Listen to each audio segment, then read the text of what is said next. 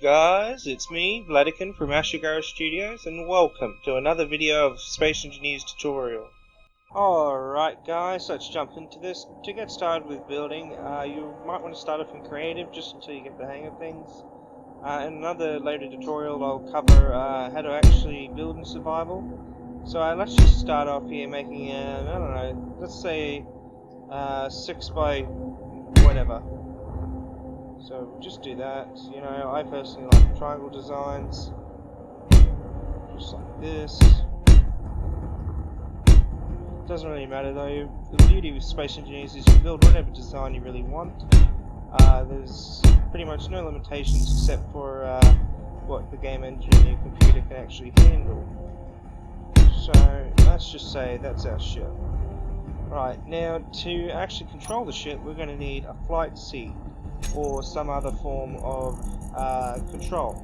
So you know, if you have a DLC you can use a control seat, which looks pretty spanking if I do say myself. It's a little something like that. You'll need a DLC for that though. And of course we'll need something called a gyroscope. This is what actually lets us turn the ship around. So if you say you've got a large, say 5,000 block ship, you may need more gyroscopes versus say a smaller ship. The other thing is you'll need thrusters. Now there's two different kinds of thrusters. You got ion thrusters, which only really work in space. So let me just show you what this looks like. So just like that. So that's an ion thruster. And of course, using the rotational keys as we went over in the last video, you'll be able to rotate them in any direction you like. So let's go back in here. I'll just show you what these other thrusters look like. So these are hydrogen thrusters. Now these work as more of a space and an atmospheric thruster, like sort of halfway between ion and atmos thrusters. But the downside is this uses quite a lot of eyes and it needs constant refueling. So now I'll just quickly show you what an atmos thruster looks like. So this is an atmos thruster. You see it's got like a little propeller there. So these will only work in atmosphere, which is on things like planets. So if you try to actually use those in space, you won't really go anywhere or anything like that. Alright, so now let's just bring up a reactor. Now this is one of the ways that you can actually power your ship. So let's place this down. So because I'm in creative, this actually just turns on automatically, but if I wasn't in creative, it would actually need to be filled with refined uranium. So if you don't actually have any refined uranium, you might want to look towards something like a solar panel, which is just here. So this is a solar panel. Now the thing about solar panels, as you can probably guess, is they only really work in sunlight. And the more sun you've actually got on them, the more charge they'll get.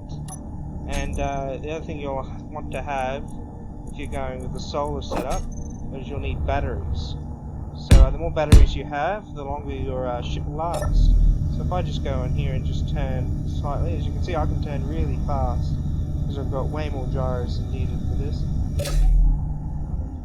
So now that I've turned the solar panel, you can see that it's charging up a lot faster. Now that's good, that's what we want, because the more charged up a solar panel is, obviously the faster the batteries will charge up, which is just here.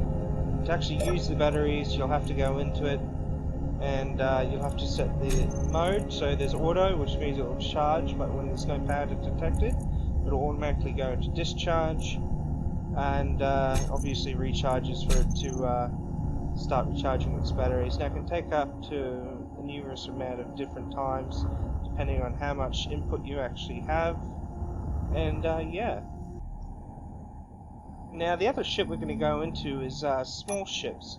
Now to get a small ship, what you're actually going to do is you're going to tap the particular key that you're building with, at least in creative, and you just go like that, and then you place it down. Now the difference between a small ship and a large ship is small ships generally are a lot weaker than large ships. They cost less to build, they go faster.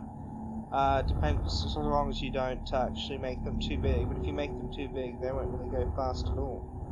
So let's just build a little basic fighter here, just for an example. You can see even the player can actually move these things, which is quite problematic when you're trying to build. It actually gets even harder when you try to build an atmosphere, so don't try to build one of these in an atmosphere if you can help it. Alright, so there you go. You know, it's the same sort of setup. And let me just stop this from moving. Now that was a little copy and paste that I just did. You can do that by Control Xing it, accepting the cut, and then Control Ving it to paste it back down. Anyway, back into the video.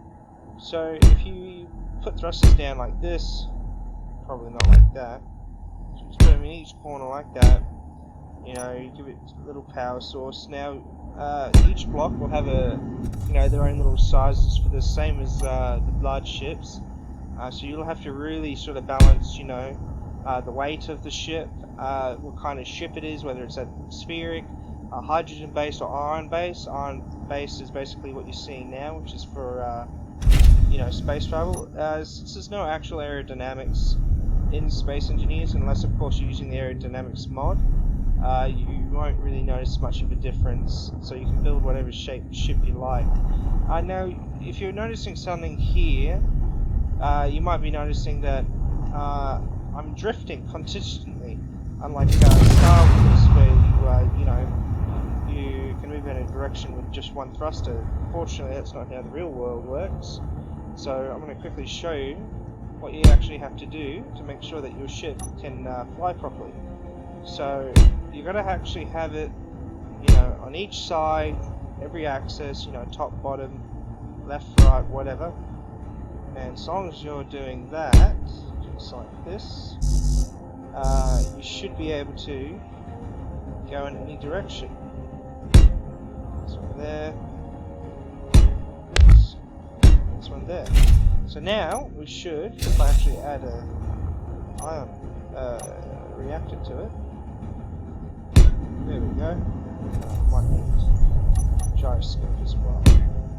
There we are. Now that we've added gyroscopes, you can see that now when we try to stop, the ship will actually bring us to a stop. There's one thing you should know, that if you want to save power and you happen to be in space, what you can actually do is you can press Z to turn inertia dampeners off, and that'll leave you to consistently keep going in the same direction without stopping until you hit dampeners on again. The other key you want to know is Y, and that'll shut your ship off. And the other one is B. Now when you get close to a landing pad, if you actually have landing gear, which I'm going to show you now. So we go landing gear, there it is. So this is a landing gear. There's obviously two sizes, one for big ships, one for little ships. Just pop that there. There we are. So now we go up to here. You know, we want to make a little land, so you can hold control to lose altitude. Or is it C? Oh, it's C. Excuse me. Alright, so now we go down, and then we want to hit P to actually lock on the landing gear. There we are, and that'll stop the ship from moving anywhere. And this is also a docking method for larger ships, such as the one up here. And yeah, that's just a quick brief on how to actually build your ships. So in the next video I'll be covering more complex things for Space Engineers, such as using connector blocks, merging blocks, how to actually refine ore, where to find ore, and things like that. So thank you for watching. I'm Vladikin, and I'll see you later.